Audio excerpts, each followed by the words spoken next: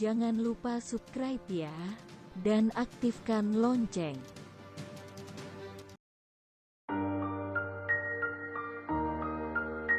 James Watt, orang Skotlandia yang sering dihubungkan dengan penemu mesin uap, adalah tokoh kunci revolusi industri. Sebenarnya, Watt bukanlah orang pertama yang membuat mesin uap. Rancangan serupa disusun pula oleh Hero dari Iskandaria pada awal tahun Masehi. Di tahun 1686, Thomas Savery membuat paten sebuah mesin uap yang digunakan untuk memompa air, dan di tahun 1712, seorang Inggris, Thomas Newcomen, membuat pula paten barang serupa dengan versi yang lebih sempurna. Namun mesin ciptaan Newcomen masih bermutu rendah dan kurang efisien, hanya bisa digunakan untuk pompa air dari tambang batu bara.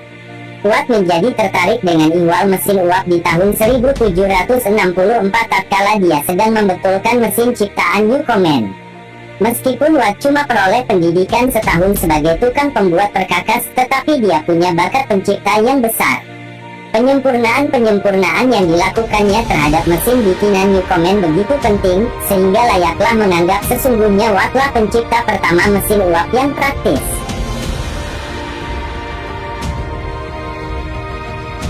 Keberhasilan Watt pertama yang dipatenkannya di tahun 1769 adalah penambahan ruang terpisah yang diperkokoh.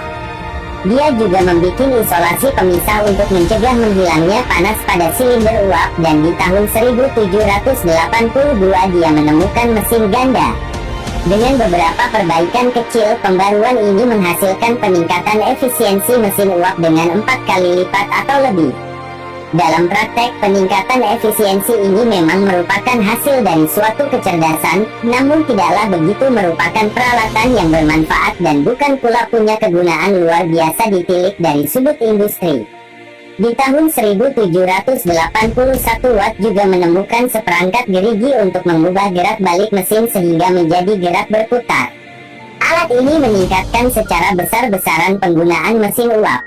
Watt juga berhasil menciptakan pengontrol gaya gerak melingkar otomatis di tahun 1788 yang menyebabkan kecepatan mesin dapat secara otomatis diawasi. Ia juga menciptakan alat pengukur bertekanan pada tahun 1790, alat penghitung kecepatan, alat petunjuk, dan alat pengontrol uap sebagai tambahan perbaikan lain-lain peralatan. Watt sendiri tidak punya bakat bisnis.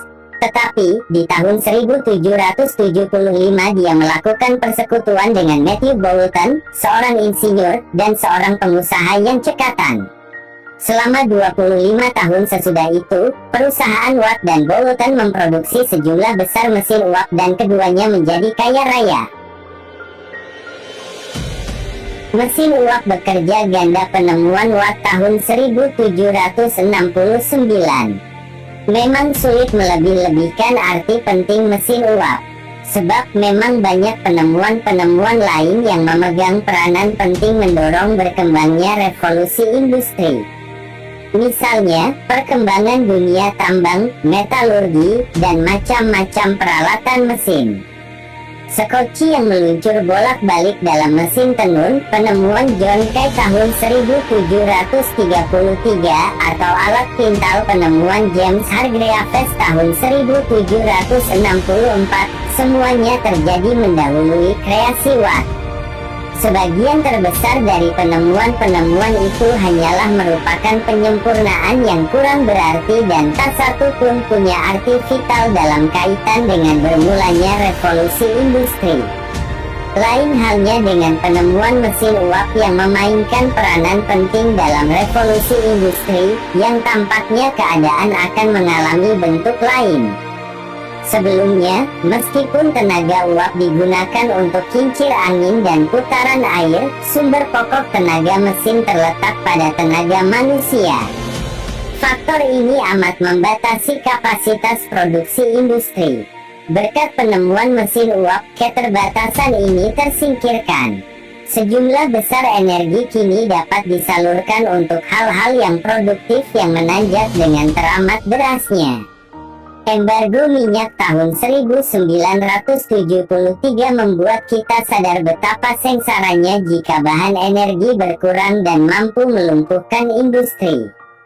Pengalaman ini, pada tingkat tertentu, mendorong kita membayangkan arti penting revolusi industri berkat penemuan James Watt. Di samping manfaat tenaga untuk pabrik, mesin uap juga punya guna besar di bidang-bidang lain.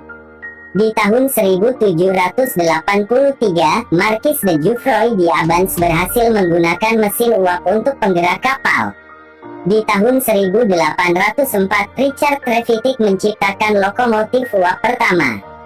Tak satu pun dari model-model pemula itu berhasil secara komersial. Dalam tempo beberapa puluh tahun, barulah baik kapal maupun kereta api menghasilkan revolusi baik di bidang pengangkutan darat maupun laut. Revolusi industri berlangsung hampir berbarengan dengan revolusi Amerika maupun Perancis. Meskipun waktu itu tampaknya sepele, kini tampak jelas betapa revolusi industri itu seakan digariskan mempunyai makna jauh lebih penting untuk kehidupan manusia ketimbang arti penting revolusi politik. James Watt oleh sebab itu tergolong salah seorang yang punya pengaruh penting dalam sejarah. Jangan lupa subscribe ya, dan aktifkan lonceng.